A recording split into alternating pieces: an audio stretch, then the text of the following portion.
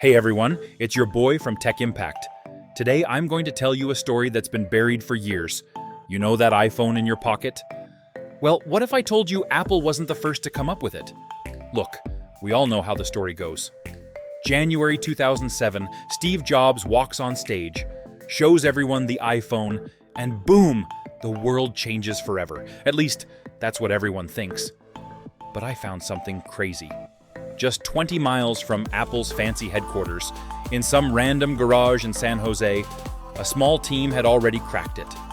They'd figured out everything, the touchscreen, the gestures, all of it. And they did it 2 whole years before the iPhone even existed. This is the story of InnovateTech. You've probably never heard of them, but I guarantee you're using their ideas every single time you pick up your phone. It's 2005.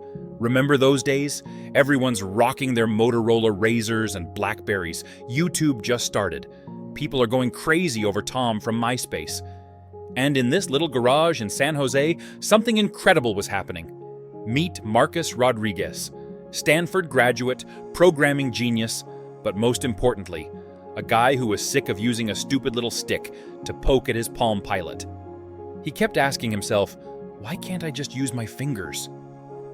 Sounds obvious now, right? But back then people thought he was crazy. Sure, touchscreens existed, but they were garbage. They only worked with styluses, they were super laggy, and trying to use your finger was like trying to draw with a banana. Marcus got 5 other people to join his crazy idea. There was Sarah Chen, this amazing designer who dropped out of MIT because she thought they were thinking too small. Tom Wright, dude used to make touch systems for the military. Maria Santos, absolute wizard with gesture recognition. And the Chang twins, Peter and Paul. These guys could make any operating system dance. They called themselves InnovateTech. Pretty basic name, I know. But their idea? That was anything but basic. Check this out. In August 2005, they filed these patents. Look familiar? A screen that knows when you're using multiple fingers, pinching to zoom in and out. That grid of apps we all use today. Even that slide to unlock thing everyone copied. But here's the crazy part. They actually built it, not just drawings or ideas. They had a working phone that could do all this stuff. In November 2005, they showed it off at this tech conference in San Francisco. Now, I tried finding video of this thing. No luck. But I talked to people who were there. Here's what this one tech journalist, James Morrison, told me. Man, when they showed that thing, everyone just shut up. This guy's moving stuff around on the screen with his fingers like it's magic. We're all standing there thinking, this is it. This is the future. Then things got weird. Like really weird. Just a few weeks after they showed their prototype, everything started falling apart.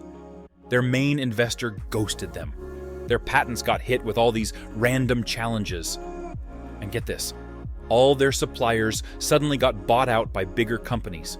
By February 2006, InnovateTech was done, gone. The whole team had to sign these crazy NDAs and split up.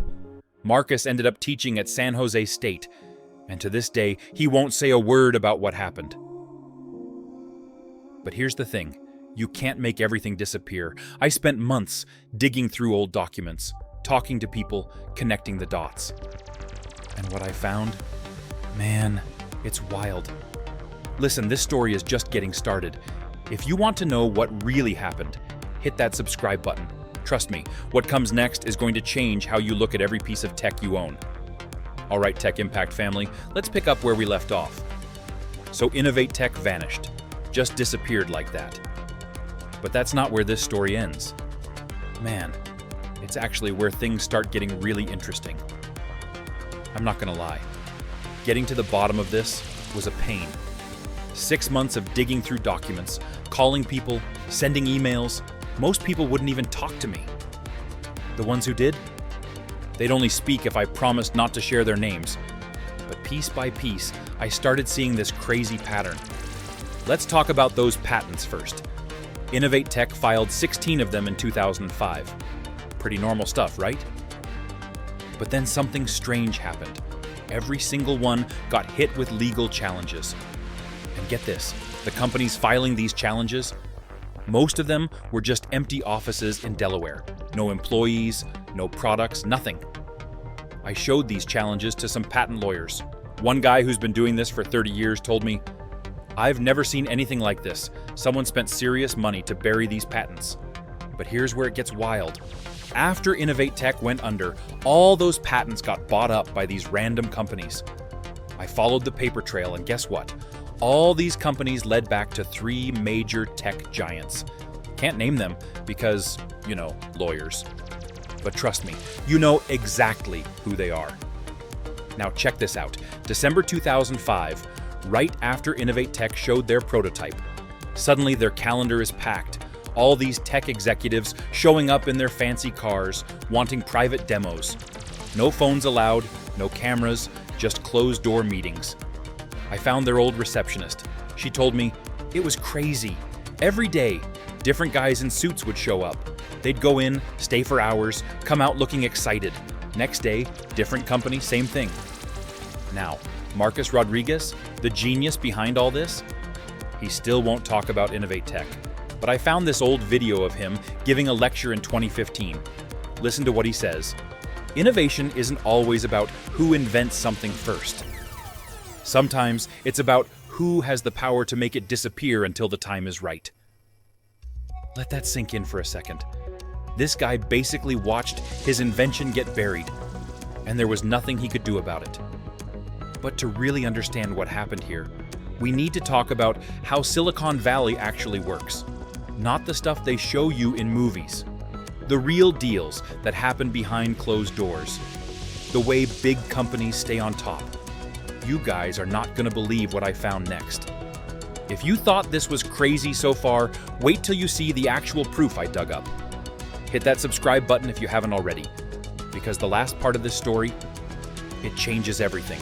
Real quick, massive thanks to everyone who's subscribed so far. Your comments on my last video about the hidden side of tech were mind-blowing. Let me know in the comments if you've ever heard rumors about InnovateTech or similar buried innovations. Trust me, this isn't the only story like this out there. Everything I've shown you so far is pretty crazy, right? But hold on to your phones, because this is where things get real. See, this isn't just about who made the first iPhone. This is about how the tech world really works. You know those inspiring stories about small startups changing the world? Yeah, turns out there's usually more to it. After months of looking into this, I found something that blew my mind. These big tech companies, they're not just competing with smaller innovators, they're straight up absorbing them. And the way they do it is pretty genius, not gonna lie. Legal pressure, buying out suppliers, NDAs that could make a lawyer cry. But here's the thing that'll really mess with your head. Remember those InnovateTech patents I mentioned? Look at this patent from 2005. Now look at this other one from 2007. The math behind them, identical. I mean, they didn't even bother changing the variable names in the code. That's how confident they were that no one would notice. Oh, and get this. Maria Santos, their gesture recognition expert, 3 months after InnovateTech shut down, she got hired by one of the big tech companies. Her job title? Innovation Consultant. First project? Mobile interface design. I mean, come on, let me lay out what we know. Those weird meetings right after their demo, the coordinated attacks on their patents, those shell companies that bought everything, NDAs that are still active today, the exact same tech showing up months later. But yo, this next part, this is the craziest thing I've found in all my years covering tech. 2019, San Jose. They're tearing down this old data center, right? The workers find something sealed up in a wall, a phone prototype. Now, I can't say for sure it was InnovateTech's device, but man, the design matches their patents exactly. Think about that. Every time you unlock your phone, every time you zoom in on a photo, every time you swipe through your apps, you're using ideas these guys came up with in that garage. Ideas that got buried until someone bigger decided the time was right. You know what's wild? This isn't even the only story like this out there. I've been getting messages from people telling me about other innovations that disappeared. Other teams who saw their ideas mysteriously show up in big tech products years later. Listen, I started Tech Impact to share stories like this, to show you guys what really goes on behind the scenes in the tech world. And let me tell you, we're just getting started. If this story hit you like it hit me, smash that subscribe button. We've got more investigations coming that'll make this one look tame. Drop a comment below if you've heard about other buried innovations. Trust me, the more we dig, the more we find. Next time someone tells you innovation only comes from big tech companies, remember InnovateTech. Remember that sometimes the biggest ideas start small. They just don't always stay with the people who thought of them first. Real talk though, I want to hear what you guys think. Have you heard similar stories? Do you know someone who got pushed out of their own invention? Let's talk about it in the comments. This is Tech Impact, and I'll catch you in the next one.